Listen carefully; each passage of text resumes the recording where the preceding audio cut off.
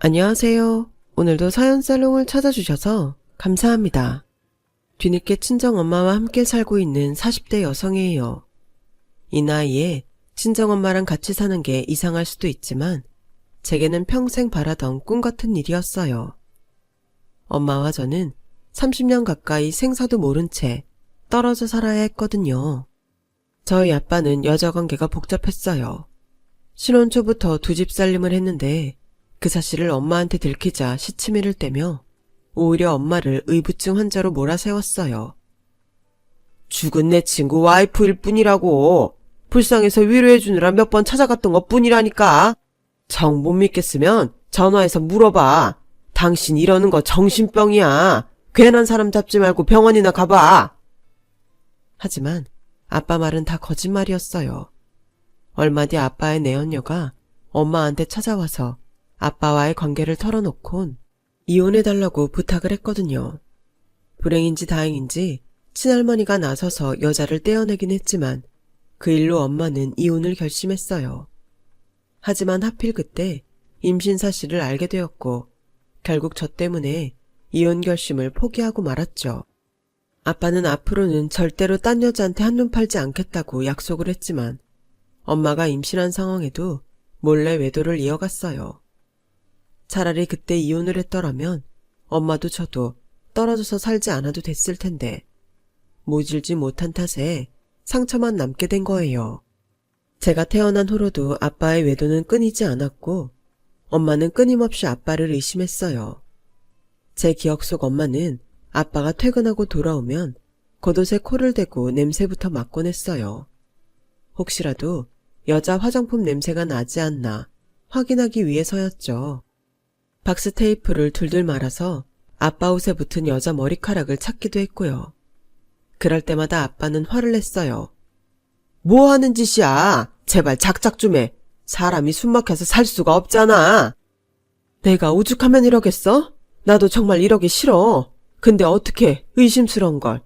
당신이 그동안 한 짓이 있는데 내가 어떻게 믿냐고. 날 이렇게 만든 건 당신이야. 나도 이러는 애가 싫어. 결국 엄마는 정신과 상담까지 받게 됐어요. 모든 게 아빠 때문에 벌어진 일이었지만 아빠를 비롯해 친할머니와 고모는 전부 엄마 탓을 했어요. 다 애미 네가 자초한 일이다. 세상 남자들 중에 바람 한 번 안 피는 남자가 어디 있다니. 지나가는 바람이다 생각하고 그냥 넘기면 그만인걸. 네가 후벼 파니까 너도 힘들고 애비도 너한테 정 떨어지는 거 아니겠냐고. 따지고 보면 이게 다 니네 친정부모가 널 오냐 하고 키운 탓이다. 누굴 탓하겠냐? 다 네 팔짱걸. 뻔뻔한 남편에 자기 자식 허물도 모두 며느리 탓으로 돌리는 시어머니까지 모두가 엄마의 적이었어요. 그러는 사이 엄마의 의부증은 점점 심해졌고 하루가 멀다 하고 부부싸움이 이어졌어요. 그럴 때마다 친가 식구들 외가 식구들이 달려와 뜯어 말렸고 피말리는 싸움을 이어가던 어느 날 부모님은 이혼 서류에 도장을 찍었어요. 제가 3학년 때였는데 학교에서 돌아와 보니 엄마가 집에 없더라고요. 대신 친할머니가 안방에 널브러진 옷가지를 정리하고 계셨어요. 제가 엄마는 어디 갔냐고 묻자 네 엄마는 남자랑 눈 맞아서 자식이랑 남편도 버리고 집을 나갔다고 했어요. 솔직히 그 말이 믿기지 않았어요. 아무리 제가 어리긴 했지만 그동안 제가 봐온 우리 엄마는 그럴 사람이 아니었거든요. 하지만 할머니 말이 다 틀린 건 아니었어요. 엄마가 나를 버리고 떠났다는 건 사실이니까요. 엄마가 집을 나가고 며칠 뒤 아빠는 젊은 여자를 집에 데려왔어요. 앞으로는 이 사람이 내 엄마야. 그러니까 말 잘 들어야 돼. 자기도 우리 지영이랑 인사해. 안녕? 아빠 닮아서 예쁘게 생겼구나? 우리 앞으로 잘 지내보자. 나 아빠 안 닮았어요. 우리 엄마 닮았어요. 어머? 쥐똥만한 게 아주 맹랑하네? 뭐 누굴 닮았든 상관없어. 나랑 같이 사는 동안은 서로 얼굴 붉힌 일은 만들지 않으면 되니까. 자기야, 안방이 어디야? 나 피곤해서 좀 쉬어야겠어. 여자는 저희 집에 온 그날부터 엄마가 쓰던 침대에서 잠을 자고 엄마가 쓰던 화장대와 옷장을 사용했어요. 저희 외갓집이 잘 살아서 엄마가 쓰던 물건들은 전부 고급 제품들이었는데 그래서 그런지 여자는 저희 엄마 물건을 버리지 않고 그대로 사용했죠. 옷장에 남아있던 엄마 옷이랑 백도 그대로 쓸 정도였어요. 하지만 1년도 안 돼서 그 여자 역시 집을 나갔어요. 아빠한테 딴 여자가 생겼거든요. 김치를 가져다 주러 집에 찾아온 할머니와 고모는 신발장과 옷장을 열어보곤 혀를 차며 그러더군요. 어머, 인연이 돈 되는 건 죄다 들고 나갔네? 예전 올케 언니가 들고 다니던 백이랑 구두 전부 비싼 건데? 귀신같이 알고 가져간 거 봐. 뭐야, 모피코트도 가져간 거야? 내가 찜해둔 건데. 이년아, 지금 그게 대수냐?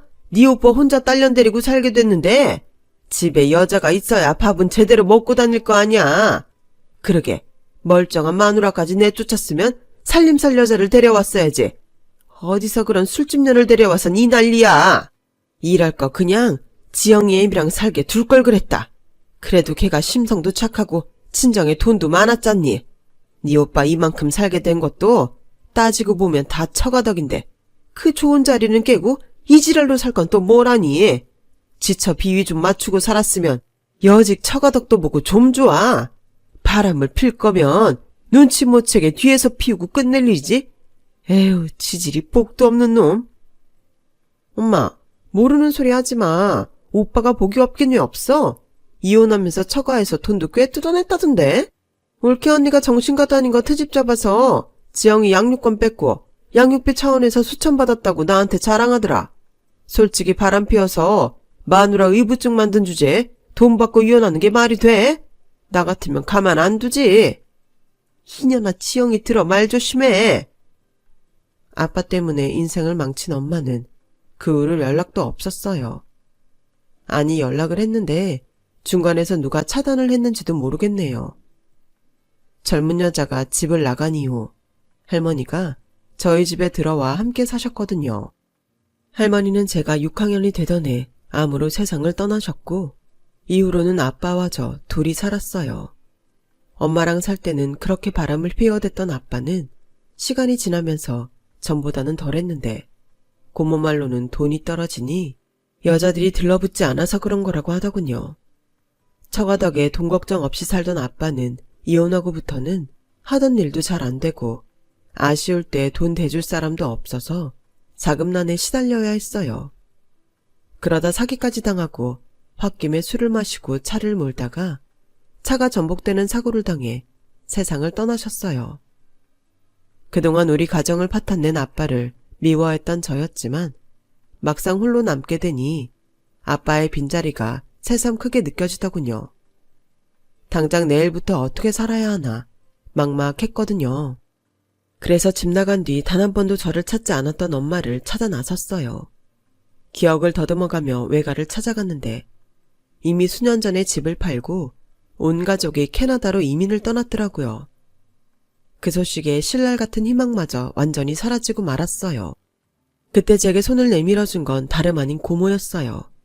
할머니가 돌아가신 이후 연락조차 뜸했던 고모지만 그래도 유일한 핏줄이라고 저를 맡아 키워주겠다고 하더군요. 상황이 이렇게 된 걸 어쩌겠어. 너한테 아빠가 있니 엄마가 있니? 피부치라고 나뿐인데 나라도 널 걷어줘야지. 나야 그렇다 쳐도 네 고모부한테는 고마워해야 한다. 자기 자식도 버리는 세상에 한 다리 건너 처조카를 키워주는 사람이 어디 흔하니? 그러니까 이 고모 체면을 생각해서라도 말 잘 들어야 해. 넌 그저 앞으로 집안 돌아가는 일은 고모부한테 맡기고 따르기만 하면 된다는 얘기야. 알아듣겠지? 그때까지만 해도 그게 정확히 뭘 뜻하는지 몰랐어요. 장례가 끝나고 며칠이 지나서야 고모 말의 본뜻을 알게 되었죠. 장례식을 마친 그 주 주말 아침부터 초인종이 요란하게 울렸어요. 찾아올 사람도 없는데 누군가 했더니 고모네 식구더라고요. 다짜고짜 대문 안으로 이삿짐을 든 인부들이 들이닥쳤고 순식간에 안방과 거실에 짐을 풀었어요. 할머니가 쓰시던 방은 순식간에 사촌 동생들 방으로 변해버렸고요. 너도 알다시피 우리 집에 너까지 데려다 살기는 좁잖니. 오빠도 가고 큰 집에 너만 털렁 남아있는데 따로 짓고 할 필요 있니? 우리가 들어와 살면 되지. 집에는 자고로 사람이 북적거려야 사는 맛도 나는 법이야. 그러고 서 있지 말고 너도 짐 좀 날라. 확실히 2층 단독주택이라 넓긴 넓다. 우리 살림 다 넣어도 널널하겠는데? 고모는 마치 평수 넓혀 이사하는 사람처럼 신이 난 듯 보였어요. 초등학생 사촌동생들도 신이 나서 온 집안을 헤집고 뛰어다녔고요. 그 상황이 못마땅한 건 저뿐이었어요. 하지만 싫다는 말은 할 수 없었어요. 고모가 저를 맡아주지 않으면 저는 시설에 들어가 살아야 했으니까요. 그래도 우리 집에서 살 수 있는 걸 다행이라 여겨야 할 상황이었죠. 고모랑 고모부는 이사를 마치자 바로 아빠 통장이랑 가게부터 챙겼어요. 그런데 고모 내외의 기대와 달리 집 외에는 건질 게 없었어요. 아빠가 하시던 가게도 거의 폐업 수준이었고 사기까지 당해서 오히려 은행 빚까지 있었거든요. 가게를 정리하고 은행 빚을 갚고 나니 수중에 남은 돈은 한 푼도 없었어요. 한미천 잡을 걸로 기대하고 선뜻 저를 맡기로 했던 고모와 고모부는 실망이 이만저만이 아니었어요. 세상에, 당신 오빠 뭐라고 산 거야? 빚잔치 하고 나니까 개털이잖아. 괜히 애만 떠하는 거 아니냐고. 그래도 이 집에라도 건진 게 어디야. 당장 전세금 올려줄 돈도 없었는데. 그리고 애초에 지영이 데리고 살자고 한 건 내가 아니라 당신이잖아. 그러니까 내 탓할 생각 마. 그날 고모랑 고모부는 안방에서 한참 말다툼을 했어요. 그리곤 단장 다음 날부터 저를 대하는 태도가 완전히 변해버렸어요. 툭하면 제 앞에서 돈돈거리면서 눈치를 줬고 공과금 영수증이 나올 때마다 마치 저 때문에 큰돈이 나가는 것처럼 눈치를 줬어요. 이거야 원, 고작 입이 하나 더 늘었는데 생활비가 곱절은 더 나가네. 쌀은 또 왜 이리 금방 떨어져? 아, 사방이 돈 나갈 일 뿐이네. 밥 한 숟갈 편히 입에 들어가는 날이 없을 정도로 눈치 보이는 나날이 이어졌어요. 또래들은 학교 성적 걱정을 할 때 저는 하루빨리 졸업해서 내 손으로 돈 벌어야겠다는 생각이 간절했어요.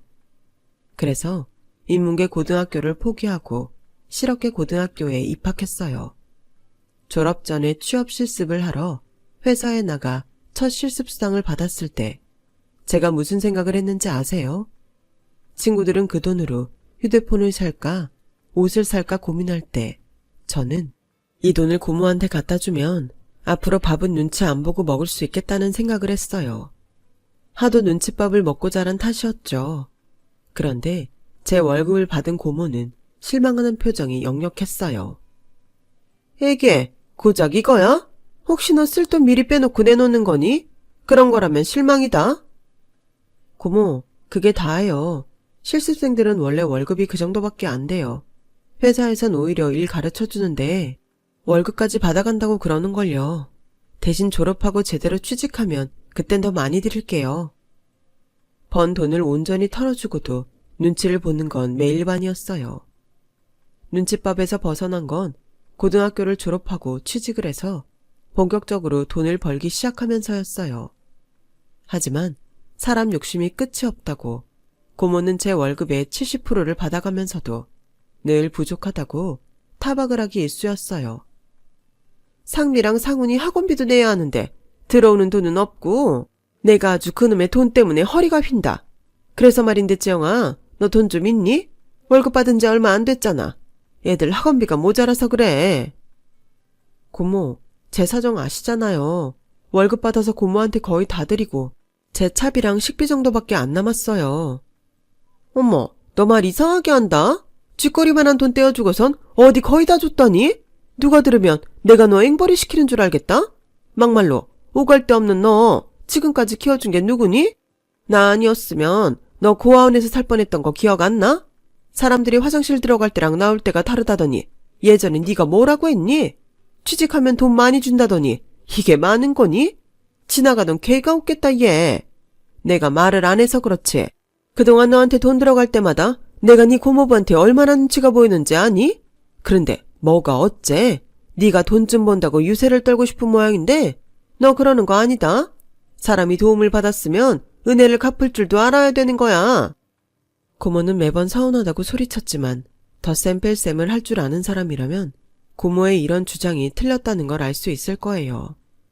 고모가 저를 키우는데 들어간 돈보다 제가 고모한테 가져다 드리는 돈이 솔직히 더 많았으니까요.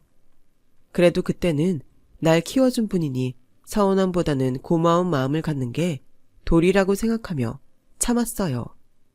그런데 남편과 연애를 시작하면서 참는 것만이 능사가 아니란 걸 깨닫게 되었죠. 남편과 저는 회사 근처 식당에서 처음 만났어요. 아무리 회사 근처에 식당이 많다고는 해도 직장인들의 지갑 사정에 맞는 곳은 한정적이라서 식당에서 자주 마주치는 경우가 덜어 있는데 제 남편도 그런 경우였죠. 자주 마주치다 보니 처음엔 눈인사를 나누기 시작했고 그러다 서로 대신 식당 줄을 서주는 사이까지 되었어요. 매일 점심시간에 남편과 만나 대화를 나누는 건 유일한 낙이 되어버렸죠. 그렇게 사심을 감춘 만남을 몇 달간 지속하다가 우리는 사귀게 되었어요. 물론 같이 밥을 먹는 동료들한테도 그 사실을 숨긴 채 말이에요. 남편은 격리과 직원인 저보다 오히려 금전관리에 능했어요. 어릴 때부터 모아둔 명절 용돈에 중고등학생 때 몰래 아르바이트를 해서 번 돈을 종잣돈 삼아 주식 투자를 했을 만큼 그쪽으로 관심과 재주가 있는 사람이었어요. 그런 사람과 사귀다 보니 저 역시도 그쪽에 관심이 생기기 시작했고 퇴근 후 남는 시간을 활용해 투잡을 뛰며 종잣돈 만들기에 나섰어요. 내 미래를 위해 무언가를 해야겠다고 나선 건 처음이라서 몸은 고단해도 마음은 늘 들떠 있었어요. 한 달 죽어라 이래도 대부분의 월급이 고모 손으로 고스란히 들어갈 뿐 내 손에 남는 게 없어 허탈했는데 투잡을 하고부터는 희망이 생겼거든요. 거기다 미래를 함께하고 싶은 사람까지 곁에 있으니 더 바랄 게 없었죠. 나도 드디어 내 가정을 꾸릴 수 있다는 꿈에 부풀어 하루하루를 보내던 어느 날 남편이 불쑥 제가 사는 집이 누구 소유냐고 물었어요. 다른 이유가 있어서 그런 건 아니야. 결혼을 하려면 서로에 대해 제대로 알 필요가 있다고 생각해서 묻는 거야. 솔직히 이해가 안 가는 부분도 있고. 이해가 안 간다니 뭐가? 그렇잖아. 아무리 자기를 키워준 게 고마워서 그런다지만 월급 대부분을 고모한테 드리면 자기는 무슨 돈으로 결혼을 할 생각인 거야? 내가 듣기론 자기 아버님 돌아가시고 고모님 식구들이 자기네 집으로 들어왔다고 했는데 그럼 집세는 받고 있는 거야? 아니지?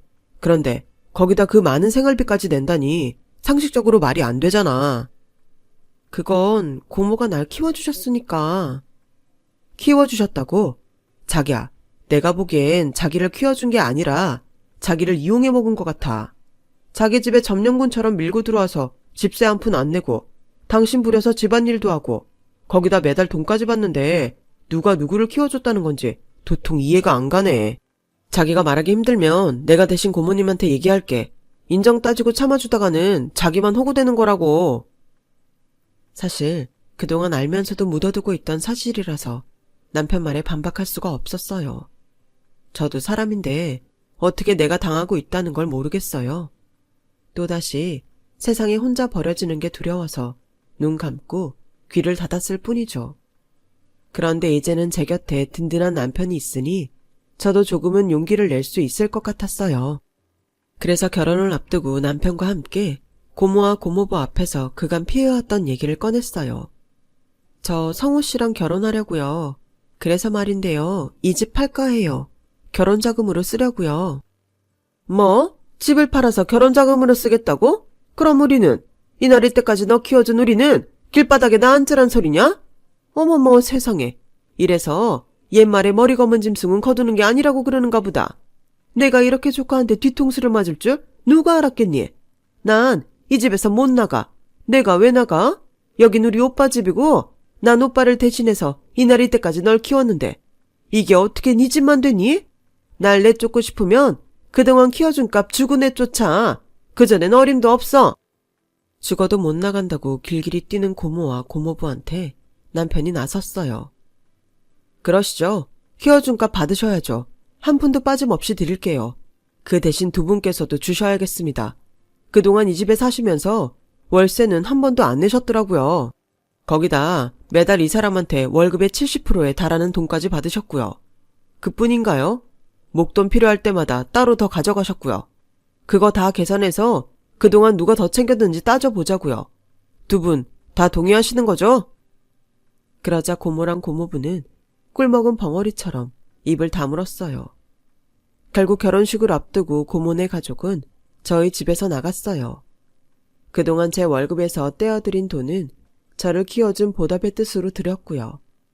남편은 그 돈도 끝까지 받아야 한다고 했지만 그래도 제가 혼자가 됐을 때 저를 데리고 살아준 거에 대한 고마움은 그렇게라도 전하고 싶었어요. 집을 팔고 그 돈으로 결혼 자금에 보탤까 하다가 그 동네에 재개발 소식이 있어서 좀 더 묵혀두기로 했어요. 전세나 월세를 놓으려고요. 그랬더니 남편이 서운한지 그러더군요. 새 놔봐야 얼마나 받는다고 그래. 그러지 말고 우리가 들어가 살면 어때? 어차피 우리 살 집도 구해야 하잖아. 우리 둘이 살기엔 집이 좀 크잖아. 게다가 자기랑 내가 모은 결혼자금도 있으니까 새 놨다가 재개발 진행되면 그때 처분하면 되고. 그때는 별 생각 없이 그렇게 정한 건데 지나고 보니 그러길 잘했다는 생각이 드네요. 만약 그때 우리 집에서 신혼을 시작했다면 남편 좋은 일만 할 뻔했거든요.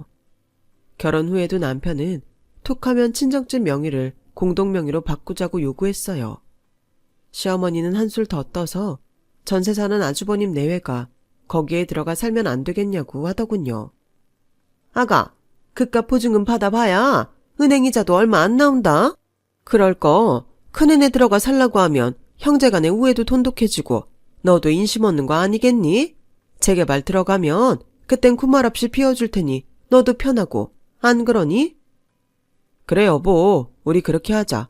애도 셋씩이나 있는데 매번 전셋집 전전하는 형 보는 것도 불쌍하잖아. 자기는 그렇게 생각 안 해? 피가 섞인 고모도 십수년간 제 등에 빨대를 꽂고 살았는데 하물며 피 한 방울 안 섞인 시댁 식구들이 안 그러란 보장이 있나요?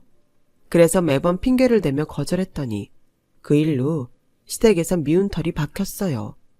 명절 때 찾아뵈어도 저한테는 냉랭한 시댁 식구 때문에 늘 가시방석에 앉은 기분이었죠.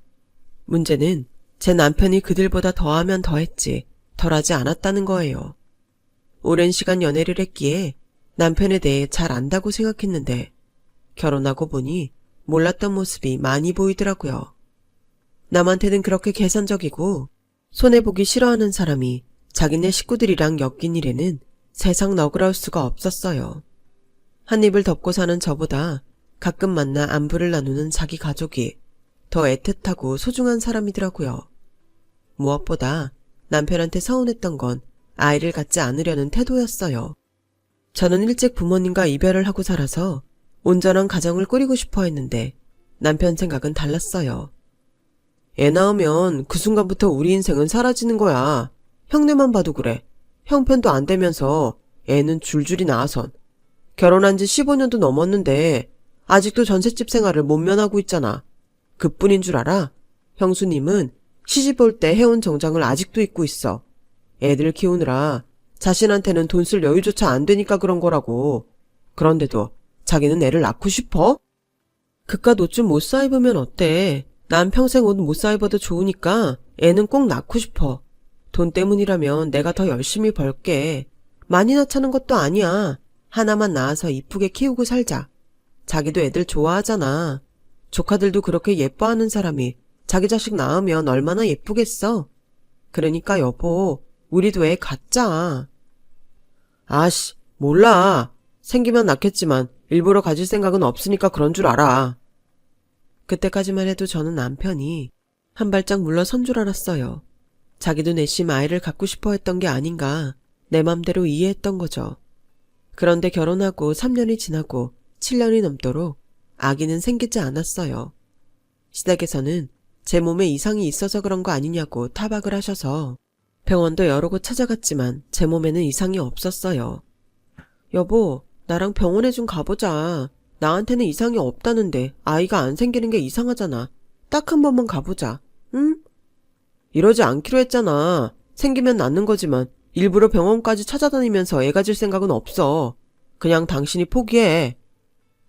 당신 정말 이럴 거야? 시댁에 갈 때마다 어머님이 나붙잡고 하시는 소리 못 들었어? 내 잘못도 아닌데 왜 매번 내가 그런 소리를 들어야 하냐고. 그러니까 당신도 검사 받아.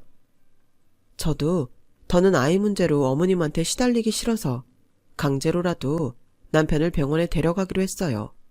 그런데 상황이 그 지경이 돼서야 남편이 이실직고를 하는 거 있죠. 글쎄 정관 수술을 했다는 거예요. 나한테는 상의도 없이 혼자 독단으로 벌인 일이었죠.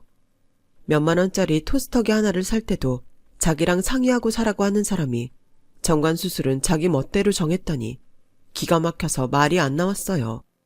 잘못은 자기가 저질러 놓곤 그동안 시어머니한테 욕은 제가 다 들었다는 사실에 더 화가 나더라고요. 그래서 그 길로 어머님한테 전화해 당신 아들이 저지른 짓을 다 말했어요. 그러니 앞으로는 손주 문제로 내 탓하지 말고 당신 아들한테 따지라고요. 그 일로 남편과 소원해진 저는 한동안 각방을 쓰고 지냈어요. 그런데 그 무렵 생각지 못한 일이 벌어진 거예요. 혹시 엄마를 찾을 수 있을까 해서 유전자 등록을 해뒀는데 잃지 않은 사람이 있다고 연락이 온 거예요. 일단 확실한 검사를 해봐야 친모인지 알 수 있다고 해서 검사 결과가 나올 때까지 초조한 마음으로 기다렸어요.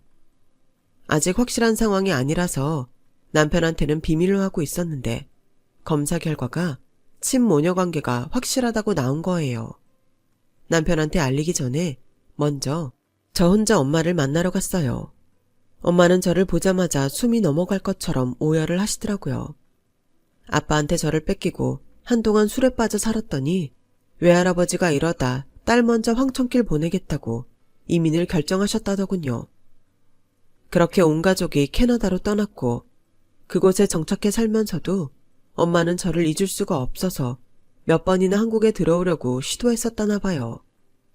그럴 때마다 외할아버지는 엄마를 막았고 좌절감에 빠진 엄마는 술에 의존해 살게 되었다더군요. 결국 정신병원에 입원과 퇴원을 반복하며 살다가 얼마 전 외할아버지가 세상을 떠나시자 한국으로 온 거예요. 우리가 살던 집에 가봤는데 이미 온 동네가 재개발로 빈집들 뿐이더라. 널 찾을 방법이 없어서 그 집 앞에서 며칠을 서성이고 있었는데 순찰 나온 경찰이 유전자 등록을 하라고 알려줬어. 덕분에 이렇게 널 찾았구나. 엄마 때문에 그동안 많이 힘들었지? 어떻게든 내가 널 데리고 나왔어야 했는데 엄마가 너무 미안해. 저보다 더 모진 인생을 살아온 엄마는 모든 게 다 당신 탓이라며 무릎을 꿇은 채 제 앞에서 한참을 우셨어요. 그날 밤 저는 엄마를 모시고 집으로 돌아왔어요. 남편한테는 미리 전화로 상황을 알려주었지만 뜬금없이 나타난 장모의 등장에 남편은 당황하더군요. 대면대면한 사위의 태도에 엄마도 불편하기는 마찬가지였던 모양이에요. 제 남편 눈치를 보며 미안하다는 말만 연거푸 하셨거든요. 30년 만에 엄마와 함께 잠자리에 든 저는 밤이 새도록 그간 못했던 얘기를 나눴어요. 다음날 회사에 출근하려면 잠을 자야 했지만 그런 건 문제도 안 됐어요.